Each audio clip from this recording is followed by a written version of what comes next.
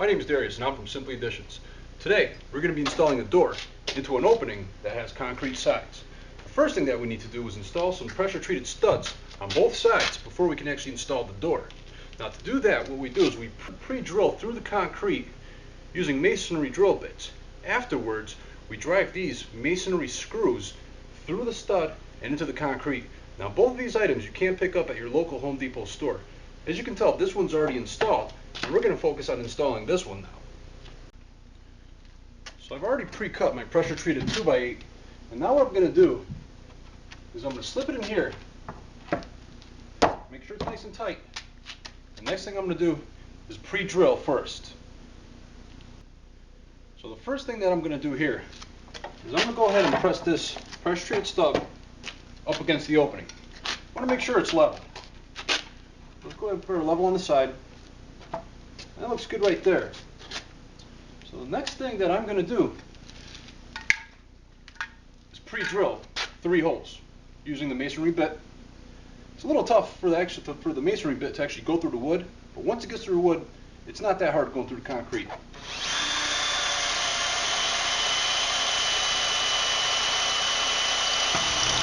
Now we're drilling through concrete.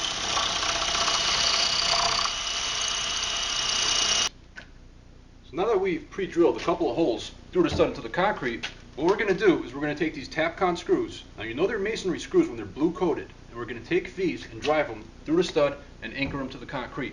Now these are hex backed screws, so we need a hex driver. Now again, for this small project it's okay to use a cordless drill, but if you're going to be doing a lot more than this, you might want to get a corded drill.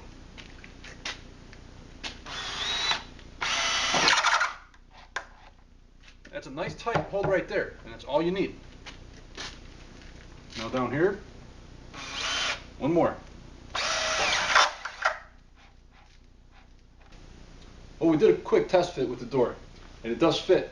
Now one thing to mention here too is this door is shorter than usual, so what we have to do is contact our local building supplier and make sure that we ordered a door that's about 7 inches less in height than your standard opening. Well, we got the door in place, and what we did is we put some screws temporarily through the hinges on this side, on the top and bottom, and into the stud just to hold the door into place. And we started with one shim up here, and we hit the screw behind the weather stripping. Now I like to use screws for one important reason. That with a nail, it's much harder to determine when you're driving it how far you're actually pushing this jam towards, the right or the wrong direction. Now if you use a screw, you can actually, with the turns, adjust how far this jam is getting to the actual stud or how far you can take it back. It's an easier way for adjustment. Now that I have one screw in here, I'm just going to make sure that this door so far closes, and at least I'll know that I'm on the right track.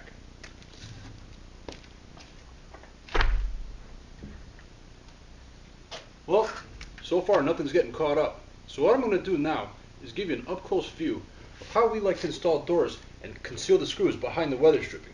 It's a neat little technique, and it also makes it much easier to make adjustments. So what we're going to do now is we're going to show you how to install a screw into the side of the door without actually ever revealing the screw head. It's a nice little trick, and it makes the door installation look a lot neater. Now before I go further, I'm going to recommend one great tool for you. It's this here on the end of my drill. It's called a sleeve.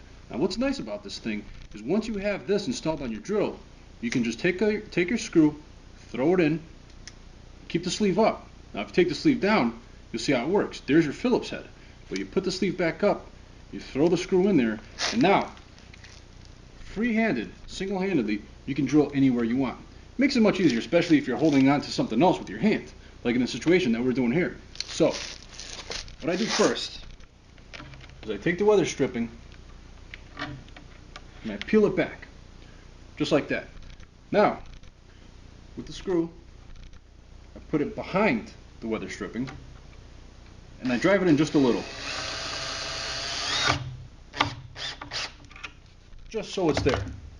I can feel it just barely poking through the back. Now I take my shim.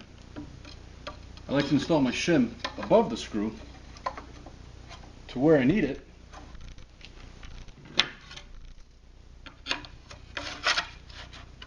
Let me actually reverse that.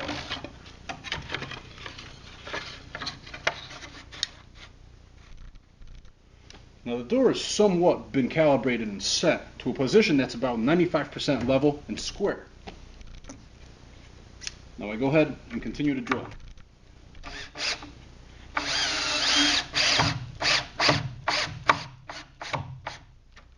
Now, when you put the weather stripping back, one thing that's nice is the screw's not visible. Peel it back, and there's the head. Now you can use this. If you loosen the screw a little bit, you can adjust the jam by bringing it out. And if you tighten it, you can go towards the jam. So let's take a look and see how good we are right now.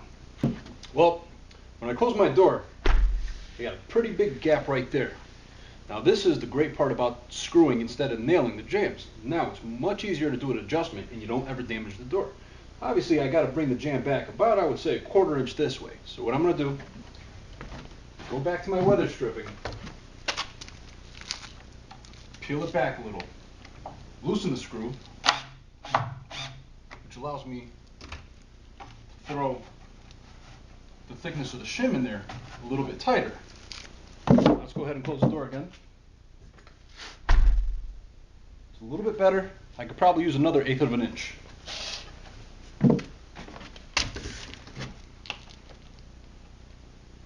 Let's go ahead and loosen the screw a little. Get some more shim material in there.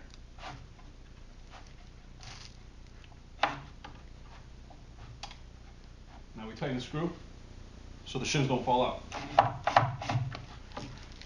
Let's take a look. There we go. Nice, easy, and clean.